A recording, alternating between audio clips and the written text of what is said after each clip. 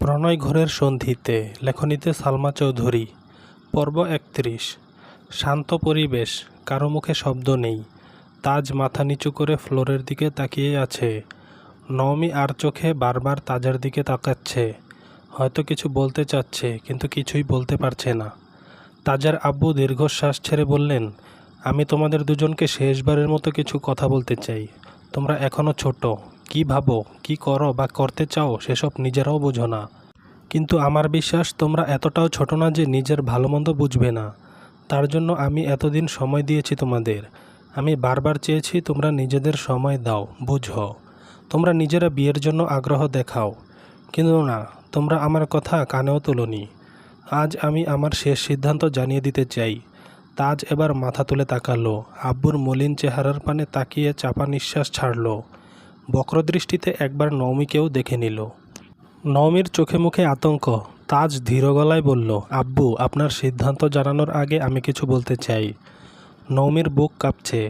তাজ কি নীলুর কথা বলে দিবে? তারপর কি হবে? নওমির শরীর ঠান্ডা হয়ে আসছে, হাত পা থরথর করে কাঁপছে। তাজের আব্বু সময় নিয়ে বললেন, বলো। তাজ সময় নিল না। ঠোঁটের কোণে হাসি ঝুলিয়ে নরম স্বরে বলল, আমার চাকরি হয়েছে। কি বলছো, সত্যি? জি আব্বু, আমি চাকরির পরীক্ষা দিতে গিয়েছিলাম। এই কয়েকদিনে বেশ কিছু পরীক্ষা দিয়েছি। সেখান থেকে এই চাকরিটা পেয়েছি। স্যালারিও ভালো। সাথে থাকা খাওয়ার বিশেষ সুবিধা আছে। থাকা খাওয়ার সুবিধা মানে? চাকরি কোথায় হয়েছে তোমার? নয়ারহাট। কি বলছো? এত দূর গিয়ে চাকরি করবে? নওমি, তাজের আব্বুসহ বাকিরা নিশ্চুপ। তাজ মুচকি হেসে জবাব দিল, চাকরিটা আমার জন্য খুব দরকার। এভাবে টিউশন পড়িয়ে আর পারছিলাম না। তাছাড়া আমাদের শহরে সুবিধাজনক চাকরি নেই বললেই চলে। আমি অনেক দিন যাবৎ চেষ্টা করেছি, কিন্তু পাচ্ছি না। তাই যা পেয়েছি আমি তাতেই খুশি। এভাবে বাড়ি ছেড়ে দূরে গিয়ে কিভাবে থাকবে? ওখানে হোস্টেল আছে, খাবারের মানও বেশ ভালো, তেমন সমস্যা হবে না। তাছাড়া আমি যাচাই করার জন্য ওখানে 2 দিন থেকেও এসেছি। তাজ, তুমি কি ভেবেচিন্তে সিদ্ধান্ত নিয়েছ? জি আব্বু, আমি সময় নিয়ে ভেবেছি, তারপরে সিদ্ধান্ত নিয়েছি। আগামী সপ্তাহে যেতে হবে আমাকে। তাজের আব্বু আর্তনাদ করে উঠলেন, আগামী সপ্তাহেই চলে যাবি? হ্যাঁ আম্মু, আমার কিছু কাগজপত্র নেওয়ার দরকার ছিল, সেগুলো নিতেই এসেছি।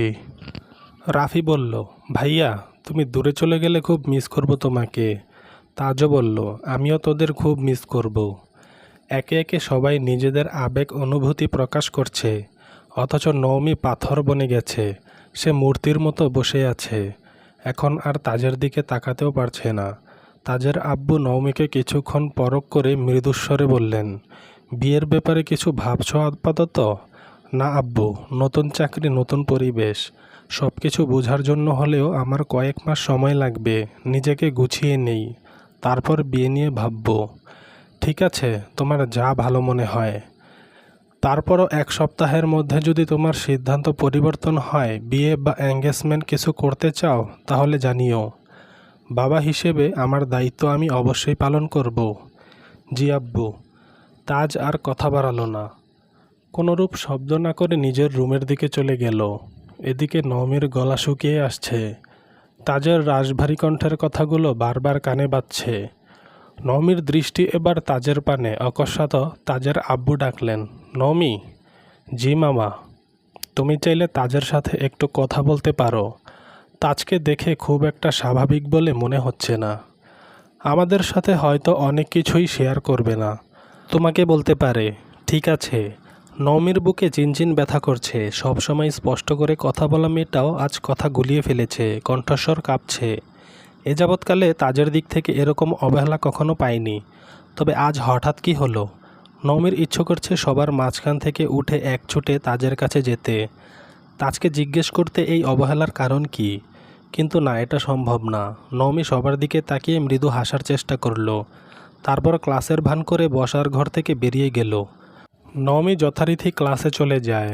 আজ যদিও ক্লাসে যাওয়ার কোনো ইচ্ছে ছিল না, কিন্তু বাসায় থাকলেই বারবার তাজের কথা মনে পড়বে, কথা বলতে ইচ্ছে করবে। কিন্তু তাজ তো দূরত্ব রেখে চলছে। ক্লাস থেকে ফেরার পথে রাস্তার পাশ থেকে জাল মুড়ি কিনেছে। মুড়ি খেয়ে খেয়ে একাকী হাঁটছিল। কিছু দূর যেতেই টংটোর দোকানে তাজকে দেখতে পেল, সাথে আরও 2-3 জন বন্ধু। নওমি তাজকে দেখেই হাসলো, দ্রুত পায়ে এগিয়ে গেল, কাছে গিয়ে উৎসুক কণ্ঠে আওড়ালো, তামজিদ ভাইয়া ঝালমুড়ি খাবে? তাজ চোখ ঘুরিয়ে নওমিকে দেখে কোমল গলায় উত্তর দিল, খাবো না, তুই বাড়ি যা। অনেক মজা হয়েছে, খেয়ে দেখো না। তাজ তপ্তস্বরে বলে, খাবো না বললাম তো। না খেলে নাই, আমার দায়িত্ব সাধা তাই সেধেছি। পরে যেন বলতে না পারো তোমাকে দেখিয়ে দেখিয়ে খাই, অথচ একবারও জিজ্ঞেস করি না। তাজ নিশ্চুপ, আনমনে নওমির পান চেয়ে আছে। নওমির কথা শুনল কি না তাও বোঝা গেল না। নওমি আবার বলল, তুমি সকালে আমার সাথে যে আচরণটা করলে সেটা তোমার থেকে আশা করিনি। এর শাস্তি তোমাকে অবশ্যই ভোগ করতে হবে। তাজ কোনো মতে বলল শুধু, বাড়ি যা। নওমি মৃদু হেসে বলল, যাচ্ছি, এতবার বলতে হবে না। এখান থেকে এখানে আমি হারিয়ে যাব না। নওমি চলে গেল। তাজ মাথা হালকা এলিয়ে নওমির চাওয়ার দিকে তাকিয়ে আছে। হঠাৎ তাজের বন্ধু শান্ত বলে উঠল, তোর জীবনে নওমির মতো একটা মেয়ের খুব দরকার, যে তোকে বুঝবে, তোকে প্রায়োরিটি দিবে। কত সুন্দর করে সাজছিল, দেখেও ভালো লাগছিল। তুই ভাই সেরা। নীলু চলে গেলেও তোর কোনো দুঃখ নেই। নীলু নেই, নওমি তো আছে। তার উপর নওমির সাথে তোর বিয়েও ঠিক। আজ বললে আজই বিয়ে দিয়ে দিবে। এদিকে আমাদের কপালে একটাই ঠিকঠাক মতো জুটে না।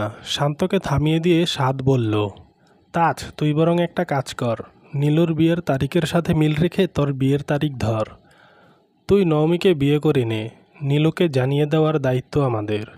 তাজ রাগে কটমট করছে, কণ্ঠ আগুন ঢেলে হুঙ্কার দিল, তোরা বন্ধু নামে কলঙ্ক। বন্ধু কখনো এমন হতে পারে না। আমি নওমিকে বোনের চোখে দেখি, আর তোরা এটা খুব ভালো করে জানিস। নওমিকে বিয়ে করার হলে আমি অনেক আগেই করতে পারতাম, কিন্তু আমি সেই কাজ করিনি, কারণ আমি নীলুর ব্যাপারে খুব সিরিয়াস। এই কয়দিনে নিজের সব ইগো বিসর্জন দিয়েও নীলুকে বোঝানোর চেষ্টা করেছি। পরিবারের বাইরে গিয়ে বিয়ের সিদ্ধান্তও নিয়েছি। তারপরও নীলুর মন পাইনি। নীলু কি চাচ্ছে আমি সত্যিই জানি না। সে বলছে আমাকে ভালোবাসে, আবার বিয়ে করতে পারবে না।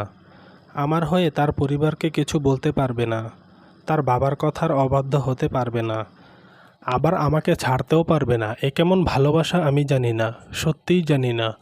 এদিকে বাসায় বিয়ের জন্য চাপ দিচ্ছে। আমার ছন্নছাড়া আচরণ আব্বু আম্মুর দুশ্চিন্তার কারণ হয়ে দাঁড়িয়েছে। নওমি সত্যিটা জানে, ও আমাকে সাপোর্ট করবে। নওমি বুঝলেও আমার বাবা মা বুঝতে পারে না, তাদের বোঝানোর সাধ্যও আমার নেই। শান্ত মৃদু হেসে বলল, তাজ তুই জীবনে খুব কম মেয়েদের সাথে মিশেছিস, তাই মেয়েদের চালচলন কথাবার্তা সম্পর্কে তোর আইডিয়া খুব কম। তুই যাকে বোন বোন বলে দাবি করছিস সে আদৌ তোকে ভাই ভাবছে কিনা সে ব্যাপারেও সত্যি সন্দেহ আছে। তোর চোখে নওমি বোন হতে পারে কারণ তুই অন্য কারো সাথে কমিটেড, কিন্তু নওমি মনে মনে ঠিকই তোকে পছন্দ করে। আমার কথাগুলো এখন তোর কাছে তিতা মনে হতে পারে, কিন্তু এটাই সত্যি। একদিন তুই ঠিকই টের পাবি। লাস্ট 6 মাসে আমি যতবারই তোকে আর নওমিকে একসাথে দেখেছি ততবারই মনে হয়েছে নওমি তোকে ভালোবাসে, আর খুব ভালোবাসে। এটা ওর চোখে মুখে ভাসে, ও মনে প্রাণে তোকে চায়। হয়তো পরিস্থিতির চাপে তোকে কিছু বলতে পারছে না। বাজে কথা বলিস না, নওমি আমাকে নিয়ে এসব কিছুই ভাবে না, বরং ও নীলুর ব্যাপারে খুব সিরিয়াস। ও চায় আমি আর নীলু যেন গোপনে বিয়ে করে ফেলি। বাসায় ম্যানেজ করার দায়িত্বও সে নিয়েছে। আমি আমার মনোভাব প্রকাশ করেছি, এখন বিশ্বাস করবি কি না সেটা তোর ব্যাপার। ইচ্ছে হলে তুই নওমিকে পরীক্ষাও করতে পারিস। তোদের সাথে বাজে কথা বলার সময় আমার নেই। আমার কিছু কেনাকাটা করতে হবে। এমনিতেও সামনের সপ্তাহে চলেই যাচ্ছি। এলাকা ছেড়ে যা কিংবা দেশ, আমার কথাগুলো একটু মন দিয়ে ভেবে দেখিস। আচ্ছা, আজ আসি। চলবে।